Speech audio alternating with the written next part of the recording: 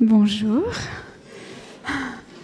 je m'appelle Mélanie, j'ai 34 ans et je suis professeure de danse classique et assistante maternelle à l'école maternelle. Alors moi, je suis née dans une famille non croyante et je n'ai reçu aucune éducation religieuse. Pourtant, j'ai grandi avec Dieu de manière intime. C'était lui, moi et le reste du monde. Je le gardais pour moi comme un trésor, je le voyais dans toutes choses, dans la nature, dans le cœur des gens, dans l'art. La contemplation et la méditation sont devenus mes passe-temps préférés. Dieu met d'abord sur ma route 2 enfants pour me montrer le chemin, pour me montrer ce qui me manque. Laetitia et Ludovic, avec qui je vais tisser des liens très forts d'amitié. Ils sont adventistes. Comme nous ne fréquentons pas la même école et que nos parents ne se connaissent pas, pour les voir, je vais les rejoindre parfois à l'église d'Avignon, avec ordre strict de ne jamais suivre l'école du sabbat. Mes parents n'aimaient pas du tout les religions. Alors j'attendais dans une grande salle, toute seule, pendant que tout le monde étudiait la Bible. C'était assez impressionnant, j'ai vraiment des gros souvenirs où je sentais vraiment la présence de Dieu. Je me sentais minuscule et c'est un peu comme ça aussi que j'ai commencé à aimer la contemplation, à apprendre à regarder, à écouter et à sentir Dieu en fait. C'était juste génial. Je le souhaite à tout le monde. Voilà, mais ces amis-là, on s'est séparés, on s'est perdus de vue parce que je suis partie loin à l'école et pour la danse, j'ai voyagé. Alors de mon côté, ma foi grandit et je trouve dans la danse vraiment un merveilleux moyen d'exprimer ma foi, de communier avec Dieu sans avoir à parler. Parce que comme vous le voyez, je ne suis pas très à l'aise quand je parle. Ma danse était vraiment pour lui tout entière, chaque mouvement. J'avais vraiment l'impression de le glorifier, de me mettre à son service, en montrant la grâce de ce corps qui m'était offert et sa capacité à exprimer. C'était comme une prière. Mais ma foi a grandi tant et tant que la danse ne m'a plus suffi. J'ai ressenti le besoin d'avoir des rituels. Mais je ne savais pas comment ni quoi faire. J'avais peur que ce soit stupide ou un peu tordu. Alors je me suis mise à chercher dans plein d'endroits, dans l'histoire des religions. J'avais très peur quand même parce que j'avais peur de tomber dans quelque chose qui ne me convenait pas, comme si le fait simple de m'y intéresser à la Bible ou à autre chose pouvait me laver le cerveau. Mais je ne trouvais rien qui fasse écho à ce que je vivais. À ce moment-là, je suis restée comme ça en suspens pendant très longtemps. J'ai continué à faire confiance à Dieu, même si mes actes n'étaient pas toujours louables, en accord avec ma conscience ou avec ce que Dieu m'inspirait. Et puis, un jour, c'en était trop. J'ai décidé de tout quitter. J'étais à Lyon, j'avais une carrière de danseuse, j'avais du travail, des amis, j'étais fiancée. J'ai dit au revoir à tout le monde. J'ai eu une opportunité de travail dans l'Ain. Et j'avais plus envie d'être en ville, c'était trop dur, je sentais plus Dieu, j'étais pas en accord avec lui dans ce que je faisais, dans ce que je vivais, dans mon travail. Et j'ai pris la décision folle de partir. J'ai laissé tout le monde, mon fiancé, mon travail, ma carrière de danseuse pour m'installer en Haute-Savoie. Pas beaucoup de gens ont compris ce que j'ai fait. À ce moment-là, bizarrement, j'ai reçu plein de propositions de travail, notamment un poste titulaire au Conservatoire de Lyon que j'ai refusé. Et la direction d'une école aussi, que j'ai refusée. Voilà. Je suis arrivée ici, toute seule, et j'ai déprimé. J'ai pleuré beaucoup, parce que j'avais plus personne, je connaissais pas grand monde, voire personne, et c'était très dur.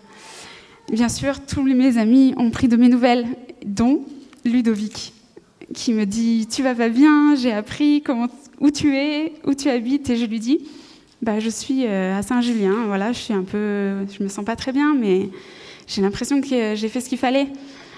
Et il me dit, à Saint-Julien, mais moi je travaille dans la caserne juste en face de ton appartement, alors.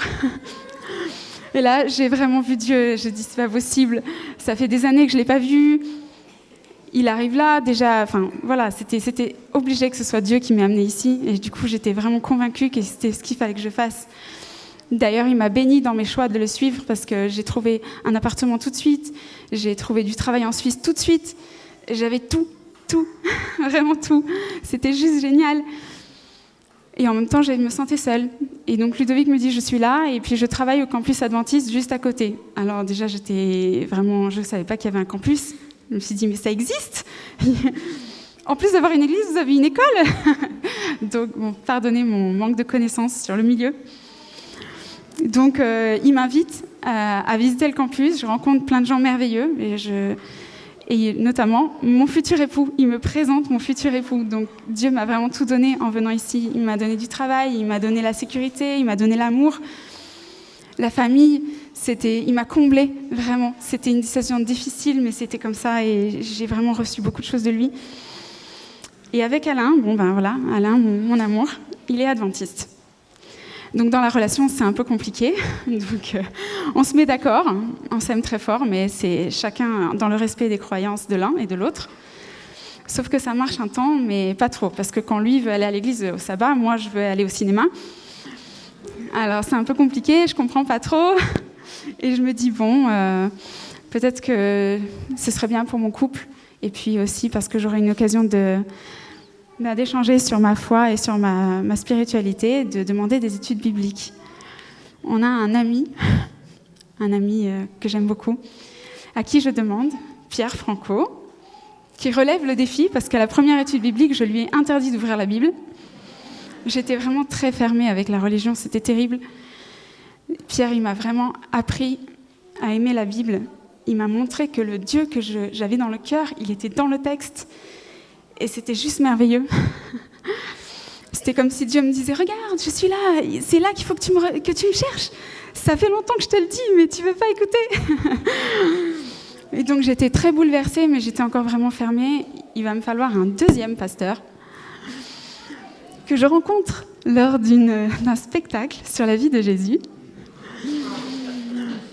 Je le trouve super sympa et je me dis, tiens, pourquoi pas essayer un deuxième regard. Je lui dis, on ne se connaît pas, on ne s'est jamais parlé. Je lui dis, tiens, est-ce qu'on pourrait faire des études bibliques ensemble? Oui, si tu veux.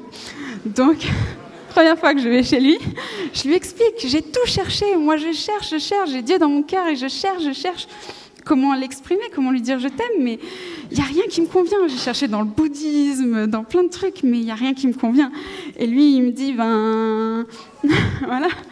Moi, je suis adventiste, je suis chrétien, j'ai Jésus dans mon cœur, je peux te parler de la Bible, je peux te parler de Jésus, et moi, Jésus... j'ai dit là, ça va être un peu dur pour moi, parce que Dieu, ok, le Saint-Esprit, oui, mais Jésus, ça peut pas être possible. Et il me répond, je suis fan de Jésus. Donc, alors Léo, vraiment, il m'a appris à aimer Jésus. Voilà, à être convaincu que Jésus est venu, que grâce à lui, j'ai vraiment la possibilité de vivre une vie nouvelle.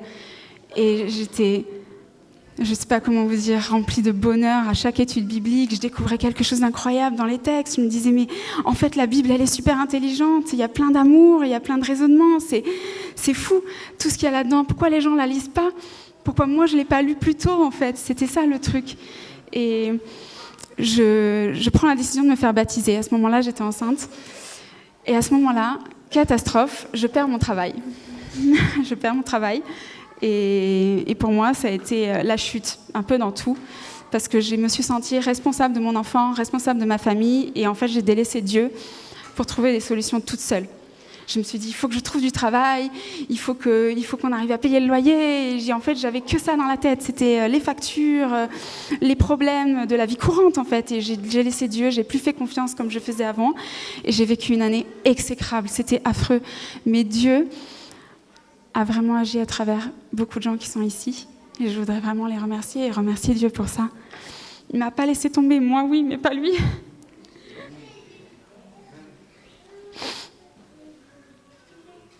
Alors, quand j'ai pu me reposer et que j'ai repris le goût de me connecter à Dieu, j'arrivais plus à lire la Bible. C'était terrible. J'arrivais plus à rien. Je demandais à tout le monde, donnez-moi un bouquin, donnez-moi quelque chose. N'importe quoi qui parle de Dieu, mais qui ne soit pas la Bible, j'arrive plus à la lire. Et tout le monde me disait, mais des livres, il y en a plein, lequel tu veux? J'en sais rien, trouve, propose-moi. Et là, j'ai des amis, toujours Dieu qui parle à travers tout le monde. C'est juste merveilleux quand je vois le nombre de personnes qui grâce à lui, à travers lesquelles il a agi pour moi, je me dis qu'il m'aime énormément. Voilà, j'ai 2 amis pendant les vacances qui m'ont partager un témoignage, le témoignage d'Alain Audercé. Et là, je retrouve une force, mais incroyable. Et je me mets à fouiller dans la bibliothèque de mes beaux-parents. Ils ont plein de livres. Et j'en trouve un qui s'appelle « Le Christ de l'Apocalypse ». Honnêtement, des années en arrière, j'aurais vu ce livre avec ce titre, mais j'aurais fui, quoi. J'aurais dit non, mais c'est bon, stop. Mais là, je le vois et je me dis, c'est lui. Il faut que je le lise. Je l'ai dévoré en 10 jours. Dans ce livre, ça parlait des prophéties, ça parlait des lettres aux différentes églises, ça parlait de... Je crois que ce jour-là, vraiment, je crois que j'ai reçu le baptême du Saint-Esprit. Je ne peux même pas vous dire dans quelle sensation je me suis trouvée. Quand j'ai compris vraiment le message de la Bible, tout s'emboîtait, tout ce que j'avais appris avec Pierre, avec Léo, tout, je comprenais tout. Pourquoi le monde fonctionne comme ça, pourquoi moi je ressens les choses comme ça. C'était juste magnifique. Je me sentais heureuse, je me sentais bien et je me suis dit, il faut absolument que je me fasse baptiser. Et à ce moment-là, Léo m'envoie un message parce que c'était un peu mon Jiminy Cricket. Il me disait tout le temps, ouh, coucou, je suis là. Si tu veux revenir, je t'attends. Et Dieu aussi t'attend. Et il me prend des nouvelles et je lui dis, justement, j'ai envie de te voir, il faut qu'on se voit. Il faut qu'on se voit. Et on s'est retrouvés.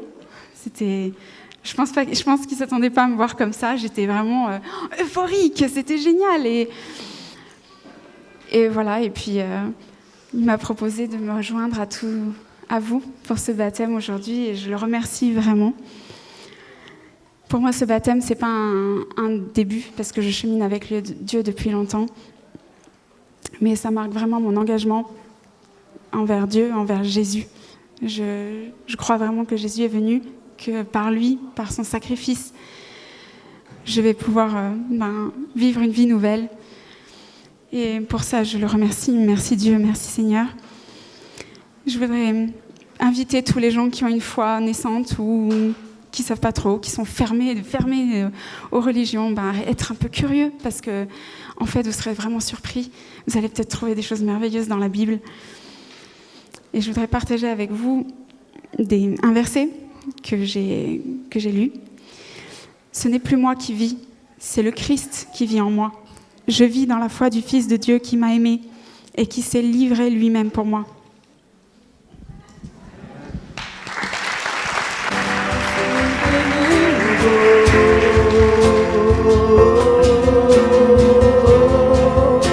Un souffle nouveau.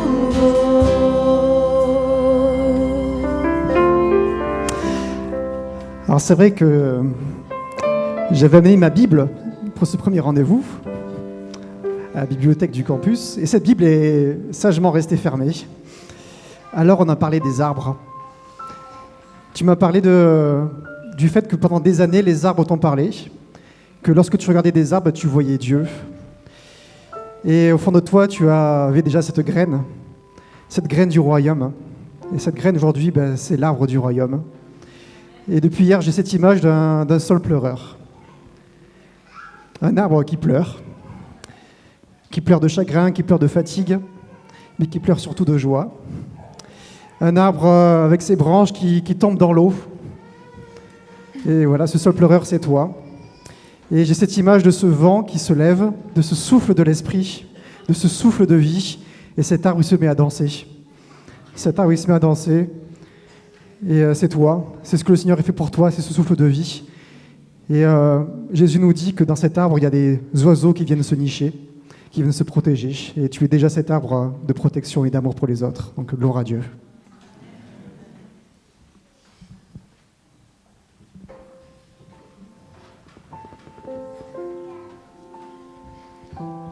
Merci Pierre pour ces paroles. Je vous invite à prier aussi. Normalement, Seigneur, parfois, il doit y avoir cet ordre, le baptême et après le baptême de l'Esprit. Mais je suis convaincu que Mélanie il a déjà vécu ce baptême de l'Esprit. Il t'a senti au plus profond de son être. Et c'est pour ça qu'aujourd'hui, je la baptise au nom du Père, du Fils Jésus-Christ et du Saint-Esprit. Amen.